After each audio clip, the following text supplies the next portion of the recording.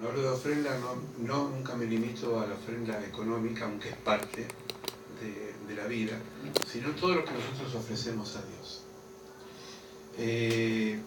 Y me tocó mucho esa canción de Jesús Adrián, porque muchas veces pedimos a Dios y le estamos pidiendo, y está bien que le pidamos, pero a veces en la balanza poco le damos a Él, ¿no?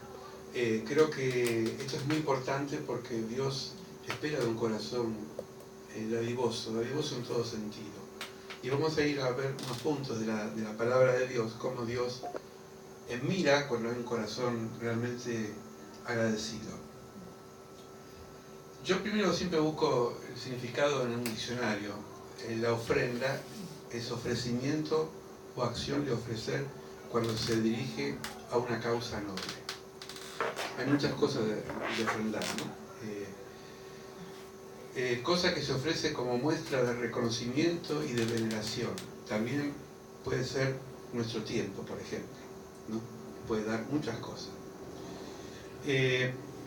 Vamos a ver en el libro de Génesis, si me quieren acompañar, capítulo 4, 7, dos personajes muy conocidos, Caín y Abel, que hasta se hicieron canciones y se hicieron poesías de este ejemplo de estos dos hermanos, hijos de Adán, de los cuales los dos ofrendaron a Dios, pero los resultados fueron totalmente diferentes.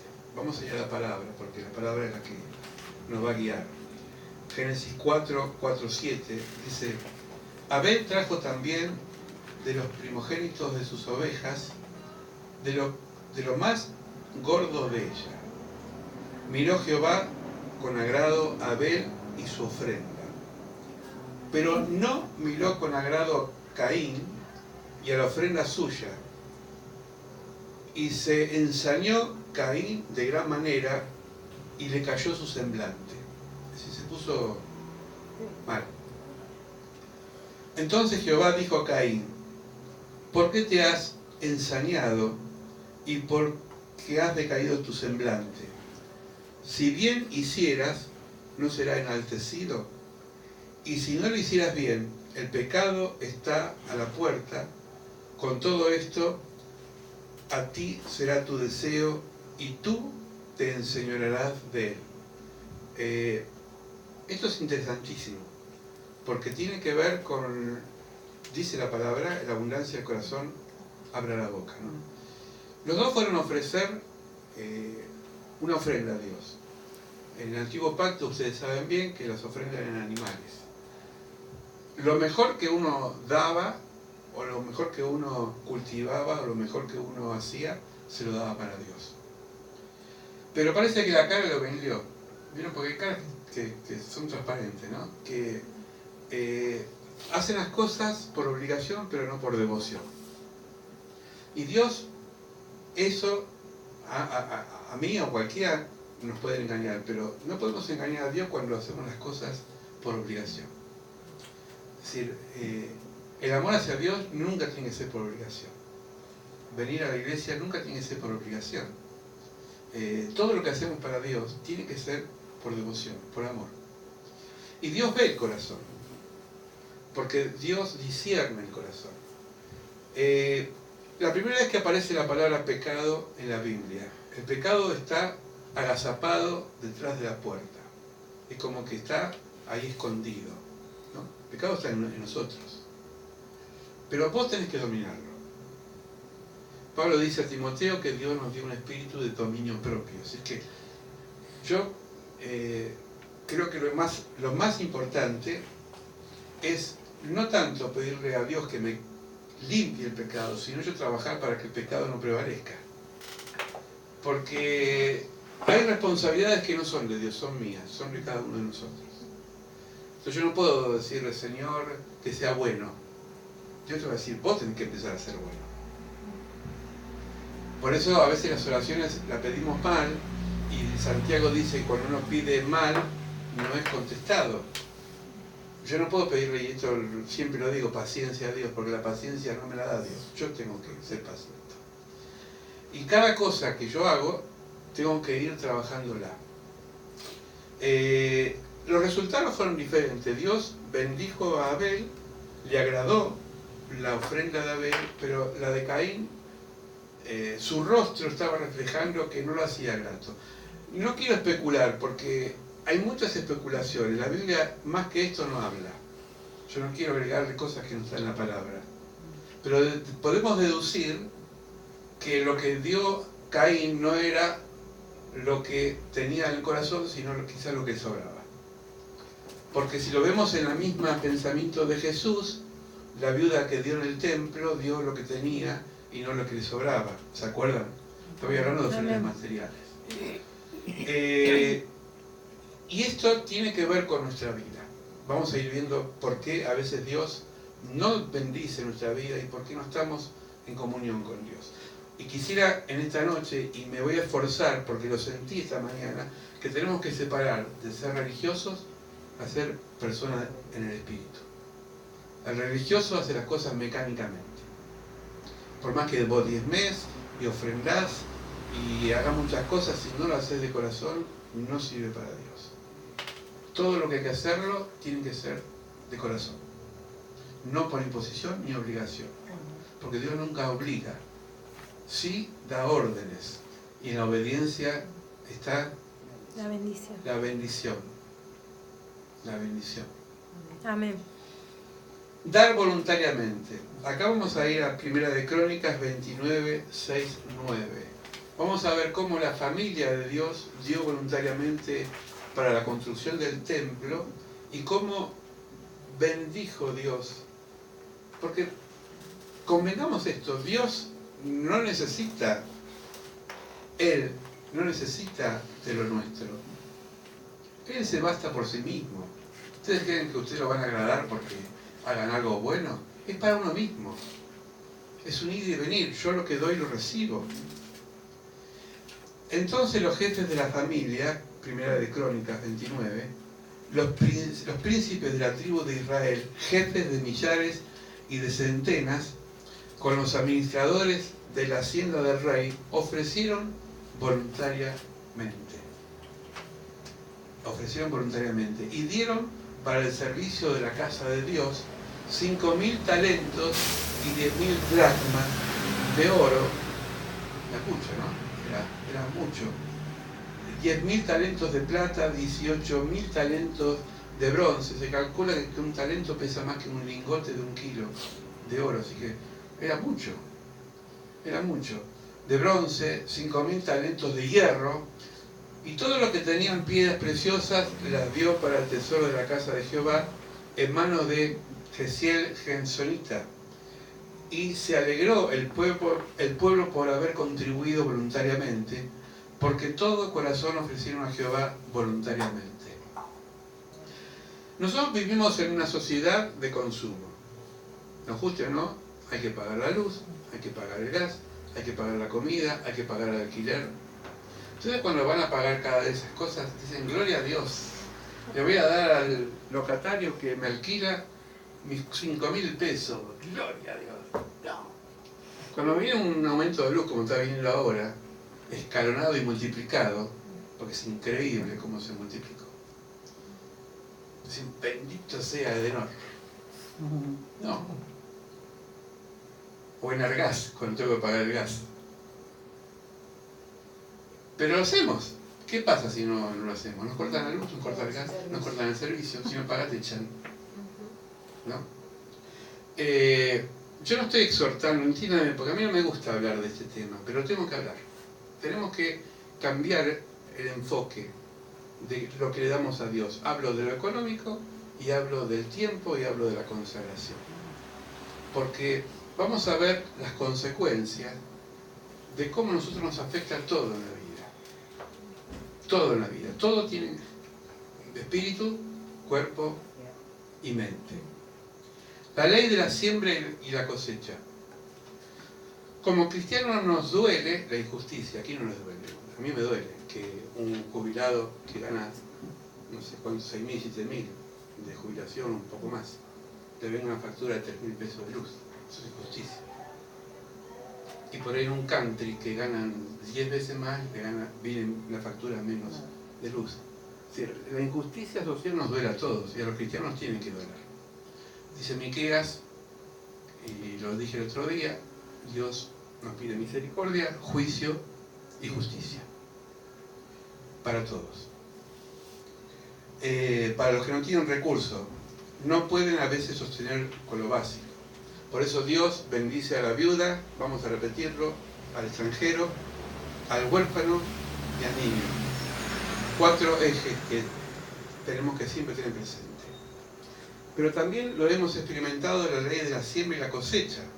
Vemos que Dios nunca nos hizo faltar nada. Y eso lo podemos hablar nosotros por testimonio, porque a que Dios tiene nada de falta. Amén. ¿No, hermana Lidia? Te ha contado una vez que tenía poquito y no sé cómo se multiplicó, porque Dios bendice. Un predicador decía que lo último que se convierte en el cristiano es el bolsillo. Y no mira a nadie. No mira a nadie, cada uno sabrá, ¿no? Pero parece que el bolsillo es lo último que se convierte. Ofrenda solidaria.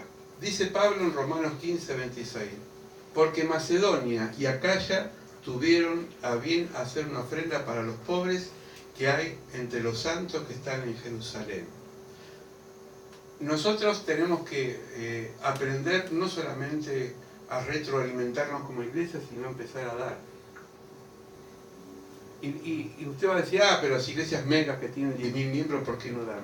¿Saben por qué tienen 10.000 miembros? Porque empezaron con 5 miembros.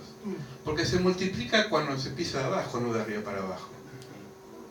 Es fácil criticar a las iglesias grandes. Uno puede tener 2 pesos y es un miserable, porque no comparte uno. Y puede tener millones y lo da, porque Dios le da más. Es así. La ley de la siembra y la cosecha. La ley de la siembra y la cosecha. Nuestra visión, y acá voy a hablar de acá. Nosotros hace más o menos, no hace un año todavía, empezamos todos los meses sistemáticamente a comprar del banco de alimentos. Ustedes participan y disfrutan de lo que tenemos, lo que podemos comprar, porque sale de la iglesia. Y esto Dios lo multiplica, porque no solamente lo compartimos entre nosotros, sino que lo damos también a familias que no vienen a la iglesia, porque aprendimos a no ser diferencia. Es decir, el otro día le dimos a 2 personas que no tienen nada que ver con la iglesia y creo que están muy lejos de la iglesia, pero el bolsillo y el corazón no pasa por la bendición de desclasificar a quién le tengo que dar, sino al que necesita. ¿Se entiende? Lo que nosotros compramos o lo que le entra a la iglesia, y quiero hablarlo, como estamos en familia, tenemos un libro de contabilidad que lo están contabilizando, de entrada, así que hay transparencia, lo puede ver quien quiera.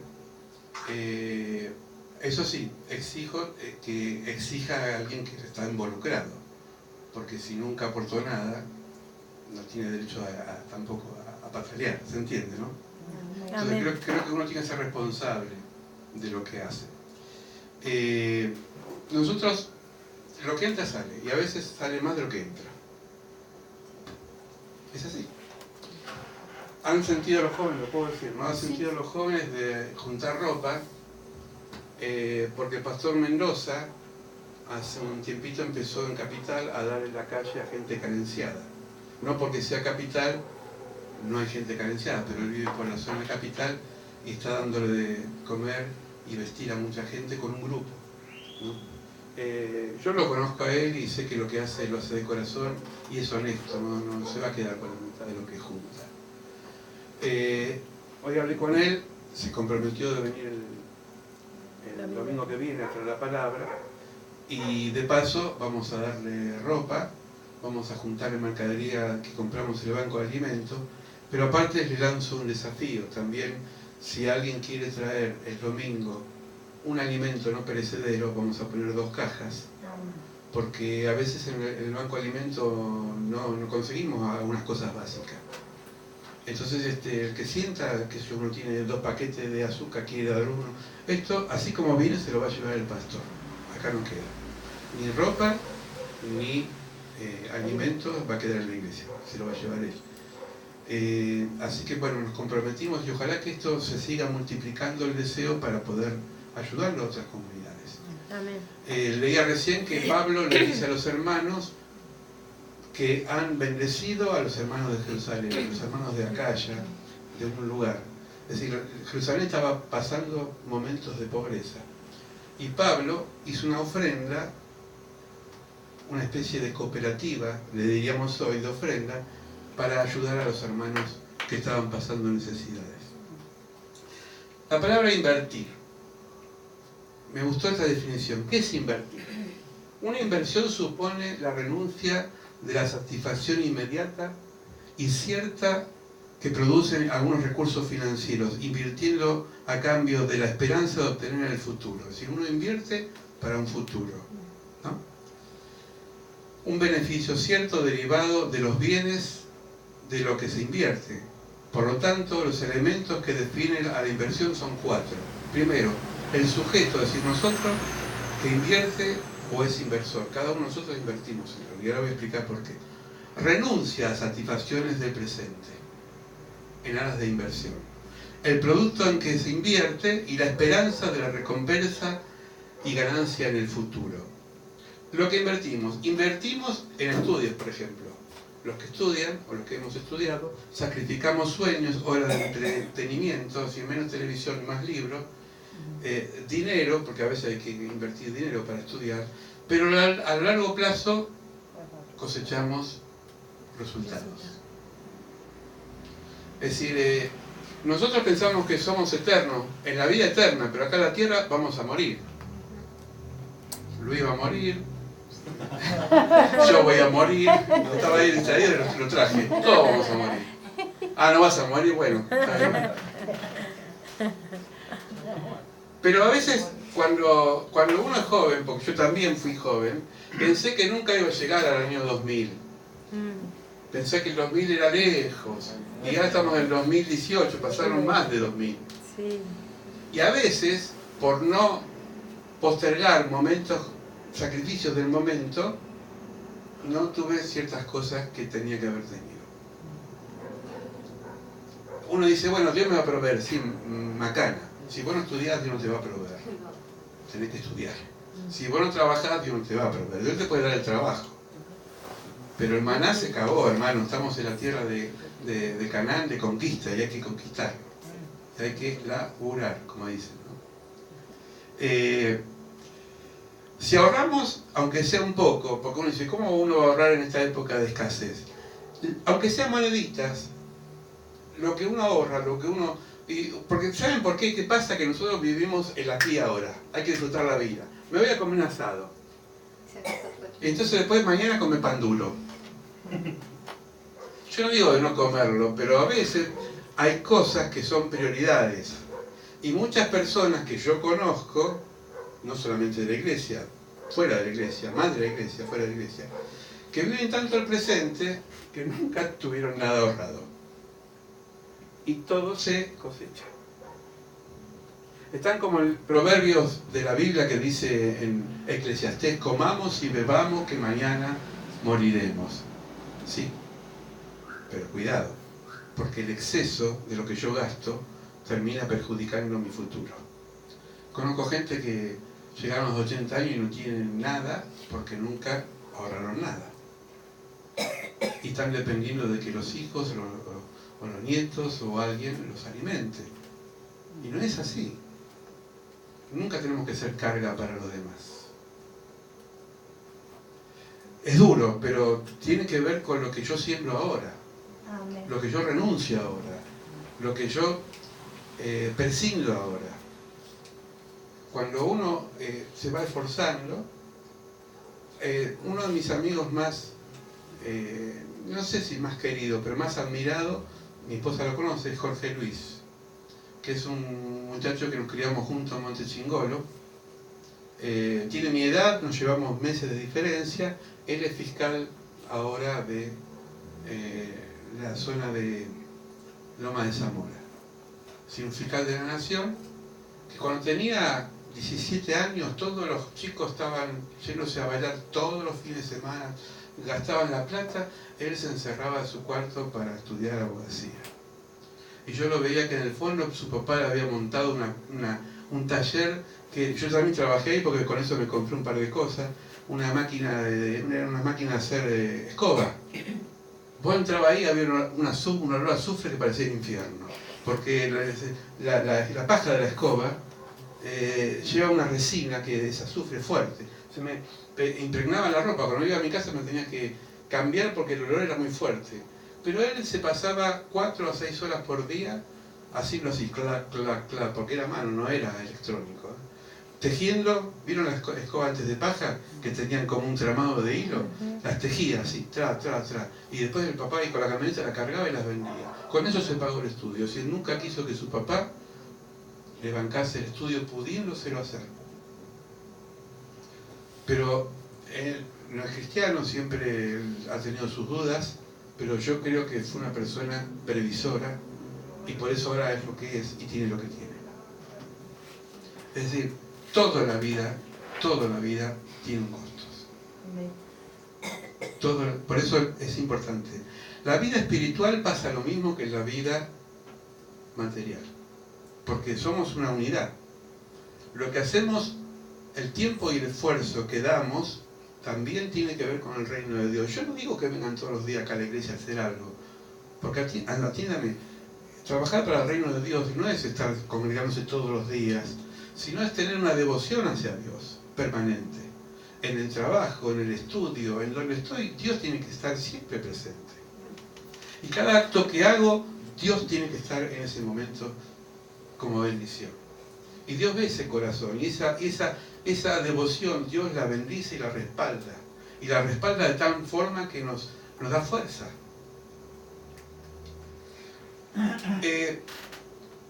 Ahora, esto lo subrayé, lo puse de azul, si lo ven en la pantalla, ahora las condiciones de cuando lo recibimos depende de Dios. Es decir, los resultados dependen de Dios, de nosotros depende el esfuerzo. ¿Qué le dijo Josué?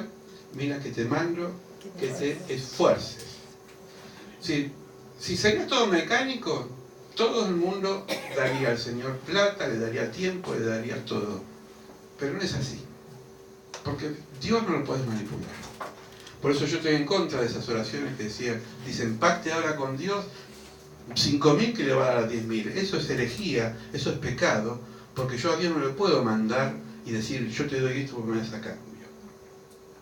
No es un empleado que está detrás del mostrador, como una canción que canta Charly García. No es un empleado. Ni mío ni de nadie, es el Señor. Y sus tiempos son sus tiempos. Y a veces tarda en cumplir. Pero lo que ve nosotros es la fidelidad y la constancia. Cuando somos constantes. Tenemos con Conce la constancia, ¿no? Hay gente que realmente es como esa gota que cae sobre la piedra y la terminan perforando. Machacan y son constantes. Y un día van a cosechar. Amén. ¿Se imaginan un labrador, una persona que le gusta plantar, planta ahora la semilla, ya quiero tener... Y las semillas más ¿saben que los frutos más poderosos en propiedades son las frutas secas? Dice que un puñado de nuez tiene un montón de alimentos y de proteína. ¿Saben cuánto tarda un nogal en dar nueces? De 80 años para arriba. Así que yo por eso no me entusiasmo en plantar un nogal. A no ser que el Señor me dé la edad de Salomón. Pero es increíble. Son árboles que crecieron después de mucho tiempo de dar fruto. Hay otros que no, el zapallo nosotros lo plantamos en octubre y ya en marzo están. Pero enseguida se cae, se seca. Gracias a Dios por el zapallo, pero digo, no tenemos que ser zapallo. Luego uno le dice al otro, sos un zapallo. Tenemos que ser nueces, tenemos que tener proteínas, tenemos que tener energía. La nuez es chiquita, pero es poderosa. Y su esencia es sólida. Corintios 9:5, si lo quieren buscar, 9:5, 9:6. Pero esto os digo, que el que siembra escasamente, también segará escasamente. Esto es para la ley de la vida, para la ley del campo y para la ley espiritual. El que siembra escasamente, segará escasamente. El que siembra generosamente, generosamente también segará. Conocí en persona, tuve el privilegio de conocer en persona a Omar Cabrera, le decían al reverendo Omar Cabrera, no el hijo, sino el papá, que fundó Visión de Futuro. Visión de Futuro era una fundación cristiana donde él hacía beneficios a través de lo que entraba en la fundación. Y lo que me impactó de este hombre, ¿saben qué fue? La osadía que tenía en ser dadivoso con toda la gente. En esa época era director del hogar La Casita y él se enteró que había un hogar y nos llevó, en esa época nos llegó un cheque, hoy serían 20.000, 30.000 pesos, no sé, pero un cheque bastante de la fundación. Se lo di al administrador de ese entonces, que era el administrador, y dije, mira, eso llegó. Bueno, usarlo porque es del hogar. Y yo después le quise ir a agradecer. Y él nos contó cómo Dios lo fue prosperando a través de actos locos que solamente Dios hace. Pero cuando él empezó con la iglesia Visión del Futuro, dijo, mi iglesia tiene que ser educada para sembrar. Pero no esto solamente. Todo.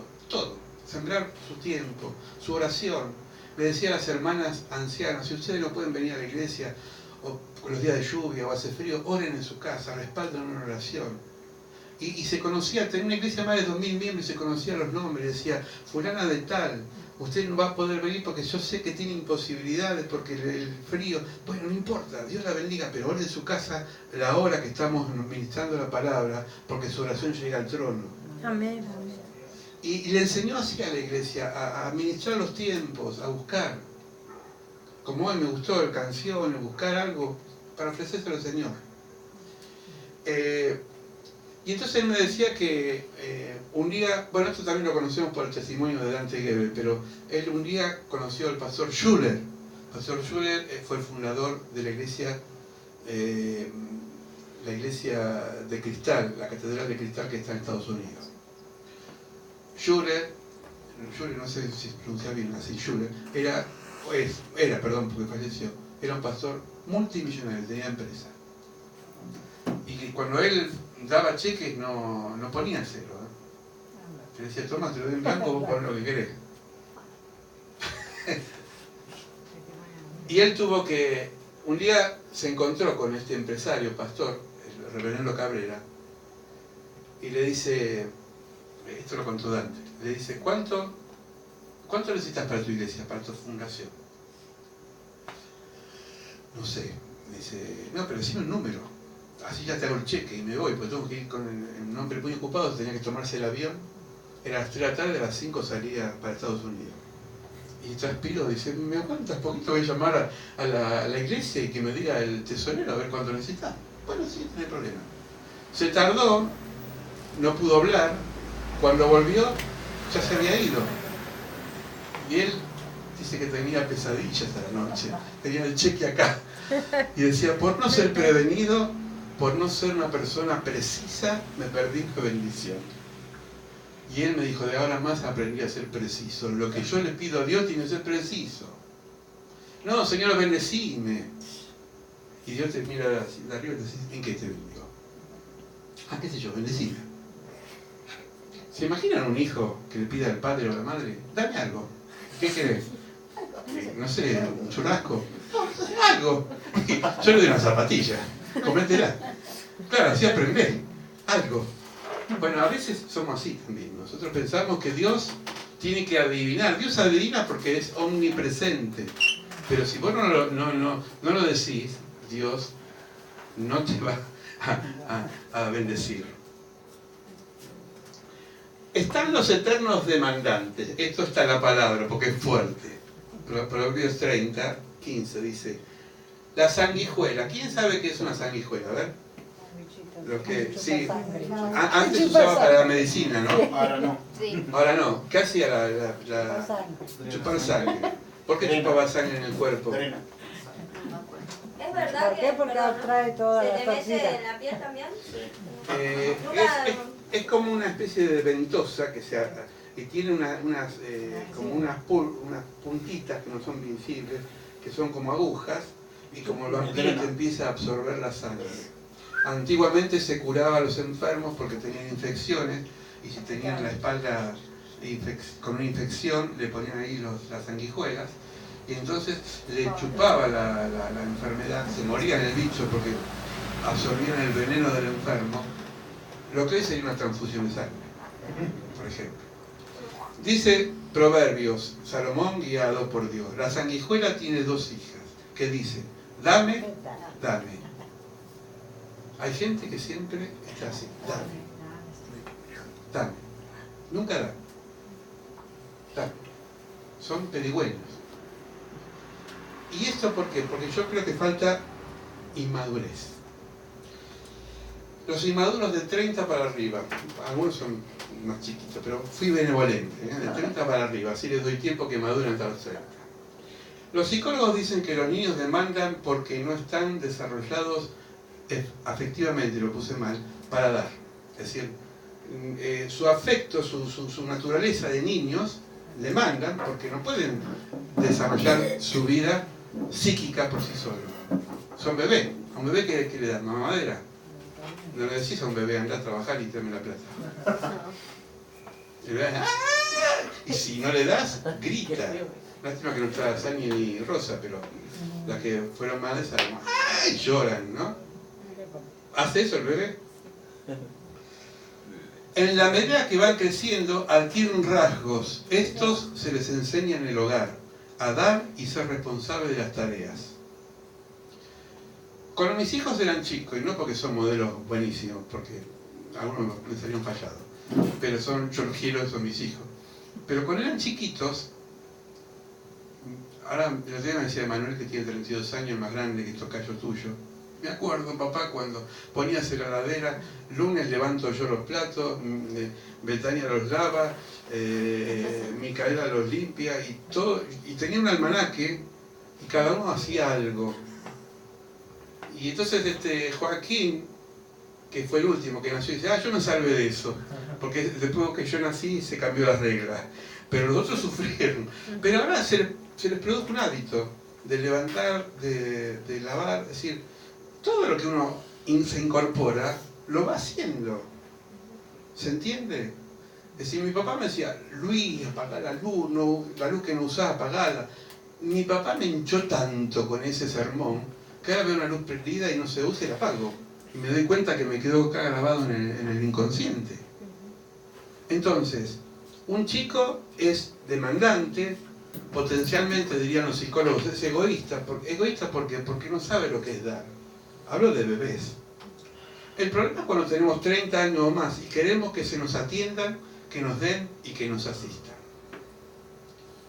Es decir, tenemos que ser potencialmente creativos y dar. Por eso a veces algunos caemos como en la sanguijuela. Dame. ¿Qué tenés para darme? Un día me dijo un hermano de otra iglesia, volviendo a la casita, vino en la iglesia de Florida, teníamos atrás el hogar, y en el medio había una especie de almacenamiento para ropa, para comida, qué sé yo. Y vino una persona afuera y me dice, mal estaba, ¿no? Pero su actitud no me gustó. Yo estaba a cargo de la iglesia entonces, Walter no estaba. Me dice, pastor, ¿qué me tenés para dar? Y yo ni corto ni perezoso, y ¿vos qué le vas a dar? ¿Cómo yo? O sea, a mí me tiene que dar, miren cómo estoy. ¿Y por qué le tengo que dar? Así no se piden las cosas. Y me acordé de un cuento, mejor dicho, me inspiró eso para escribir un cuentito de un mendigo y un rey. Se los voy a contar porque es una parábola. Dice que una vez en la época medieval, vieron que pasaban los reyes y tocaban trompetas. Había un mendigo que era miserable, pero era miserable de corazón. Y ni siquiera trabajaba sembrando trigo, sino que juntaba todo el trigo de lo que sobraba en el campo. Es decir, garronero diríamos hoy, o ¿cómo se llaman los animales esos? Carroñeros, ¿no? Que son de la carroña, se alimentan. Y entonces tenían en su bolsita con granos de trigo, ajenos, ni siquiera eran suyos, y había escuchado que el rey estaba por venir. Y entonces, trompeta anunciando al rey. Dijo, ahora cuando venga el rey yo le voy a pedir porque el rey tiene plata, yo soy un pobre. Así no estaba, ¿no? Y Dios, cuando ve altivez en el corazón, cierra la puerta. El rey se acercó, lo miró al mendigo, a ver a quién puedo mirar, a todos, a mí, al mendigo, y le dijo, ¿qué tenés para darme? Le dijo el rey. Y el mendigo se quedó pasmado. ¿Cómo? Yo soy que tengo que pedirle y me pide a mí. Sí, ¿qué tenés ahí? Entonces agarró y de bronca, agarró el granito más chiquito que tenía, más chiquito lo buscó, estaba sucio, lo peor. Tome, aquí tiene. Y el rey dice, muchas gracias, me voy. Cuando llegó a su casa, lo tiró todo el grano sobre la mesa para aplastarlo y hacer la harina, y vio que había un granito que brillaba diferente al resto. Era un granito de oro. Ay, dijo, me avivé. Ese era el granito que yo le di. Si le hubiese dado la bolsa entera, estaría lleno de oro. Y entonces, este hombre terminó muriendo en la miseria, porque su corazón era miserable. El rey es Dios. Él no te exige, pero es tu corazón lo que da. Y lo que das, cosechas. Lo que das, cosechas. Amén. Pedro, primera de Pedro, capítulo 2, versículo 2. Pedro le dice a los lectores, desead como niños recién nacidos leche espiritual no adulterada, para que por ella crezcáis para salvación. No, sí, está bien. Los que somos niños espirituales, los que reconocieron a Cristo y recién empiezan a caminar, yo no puedo darle esta palabra. Se la doy a ustedes porque son más crecidos. La persona que recién empieza necesita el ABC. Un bebé, yo no puedo dar un churrasco. Un bebé de 2 meses. Me encanta la morcilla, se me encajaría la morcilla, lo ahogo. Es un chiste, pero digo, no está preparado para comer, porque ni siquiera tiene dientes. El autor de los Hebreos dijo en la palabra, Hebreos 5, 12, 14, dice, Dios contiene leche para los cristianos inmaduros, alimentos sólidos para los cristianos maduros, está mal escrito. Es decir, el alimento sólido para la gente madura. Si uno toda su vida come comidas livianitas, le va a agarrar una anemia que se puede morir. Necesita proteína, necesita calcio, necesita un montón de elementos que tiene la comida.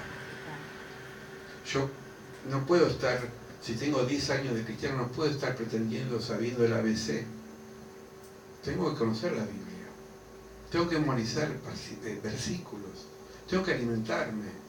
Es decir, esto es la ley de la cosecha y la siembra. A veces yo mismo me admiro por pastores que conocen la Biblia y que tienen un conocimiento, pero se han quedado horas en privado buscando. Ahora no es solamente para los pastores, todos los cristianos. Yo conocí una anciana de edad y una anciana en una iglesia en Loma de Zamora, en una iglesia bautista, que era muy humilde. Ella tenía su única alpargata, no tenía grandes cosas, iba siempre con la Biblia acá, orgullosa, tenía más de 70 años, caminaba así, como si llevaría acá una corona o un trofeo de fútbol, qué sé yo, la tenía así. Y entonces empezaba a hablar, porque el Señor dice acá, y no la abría, y decía, y citaba el versículo, decía, el capítulo, y cuando hablaba ella, fluía algo, y un día el pastor le dijo, hermana María, ¿quiere decir algo?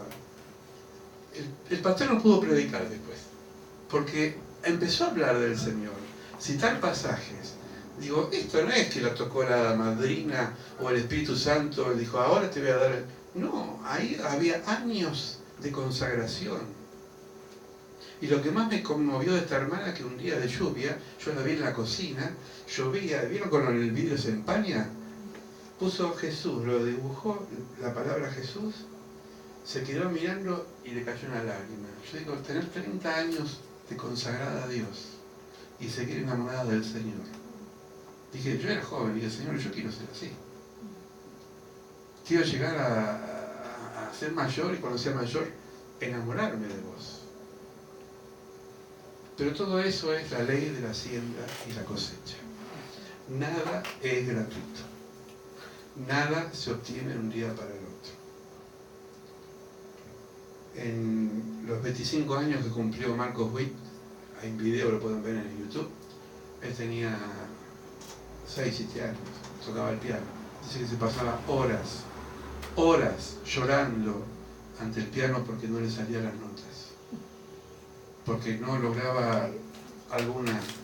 Y miren lo que es ahora. Pero todo empezó por un sacrificio, por una siembra. Aún los artistas más reconocidos a nivel mundial, secular, horas, ante el piano, ante la guitarra, ante las actuaciones.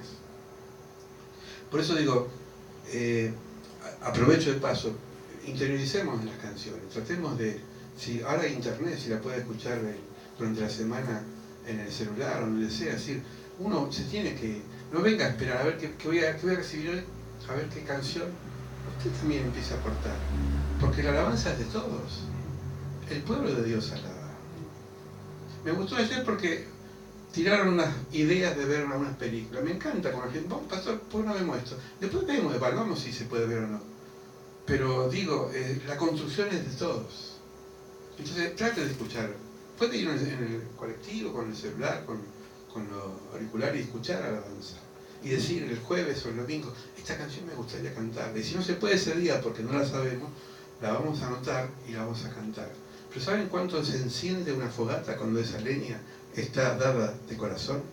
Que es leña buena para el fuego. Usted sabe que, no sé si alguna vez hizo asado, pero si usted le pone ¿vieron? Goma o algo que hace humo. Yo una vez, por no saber, mi papá me dice, prende el fuego. Y agarré una goma que tenía ahí de un camión y la metí en una madera que los bomberos vinieron a ver qué pasaba. Claro, yo quise agilizar, pero decía, Luis, yo era chico, Luis no sirve la goma para el asado. Casi me hace de goma a mí. ¿Se da cuenta? Su leña tiene que ser buena para que el fuego sea limpio. Esta canción la cantamos hoy. No tengo más que pedir, no vengo a buscar, solo vengo a darte mi ofrenda de amor, decía la canción. Hoy quiero tocar tu fiel corazón y darte las gracias, mi amado Señor. Hoy te vengo a bendecir. Esta canción yo creo que la compuso con lágrimas. Los seres humanos, y termino, los seres humanos grandes que hicieron historia siguen estando en la sociedad porque dieron. Muchos entregaron horas de sueño para descubrir una vacuna para salvar vidas. Muchos científicos. Estudiaron leyes para que éstas se aprueben en el Congreso y terminen siendo un beneficio para la sociedad. Nada. A veces decimos, ¿por qué el Estado, por qué el gobierno no cambia? Uno, para protestar es fácil. Pero si yo tengo la posibilidad, yo no fui llamado a ser abogado, pero si tengo la posibilidad de estudiar leyes y cambiarlas para bien de la sociedad, empiezo porque siempre la pirámide se construye de abajo hacia arriba. Hay más protestas. ¿Cuántos son director técnico en el Mundial? Todos somos. Ay, este jugador no sirve. Pero hay un solo director técnico que está en la cancha. Opinamos porque tenemos lengua. Y algunos no sabemos de partido. Yo sé que se me pelota y corren los 11 detrás de ella. Pero si me dicen los nombres, a veces, yo te puse Higuaín y me soplaron.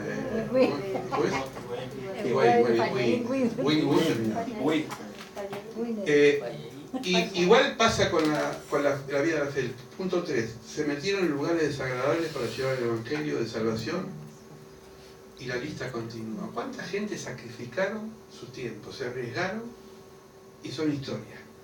A mí me gusta estudiar o ver videos o leer sobre personajes. Sí, estaba leyendo la vida del doctor Sabin, que fue el que descubrió la vacuna contra la poliomielitis. ¿Saben cuántos chicos no son lisiados ahora por un médico?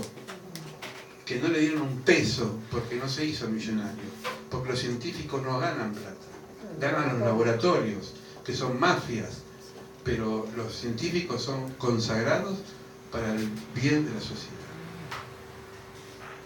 Entonces, no seamos demandantes, empecemos a dar.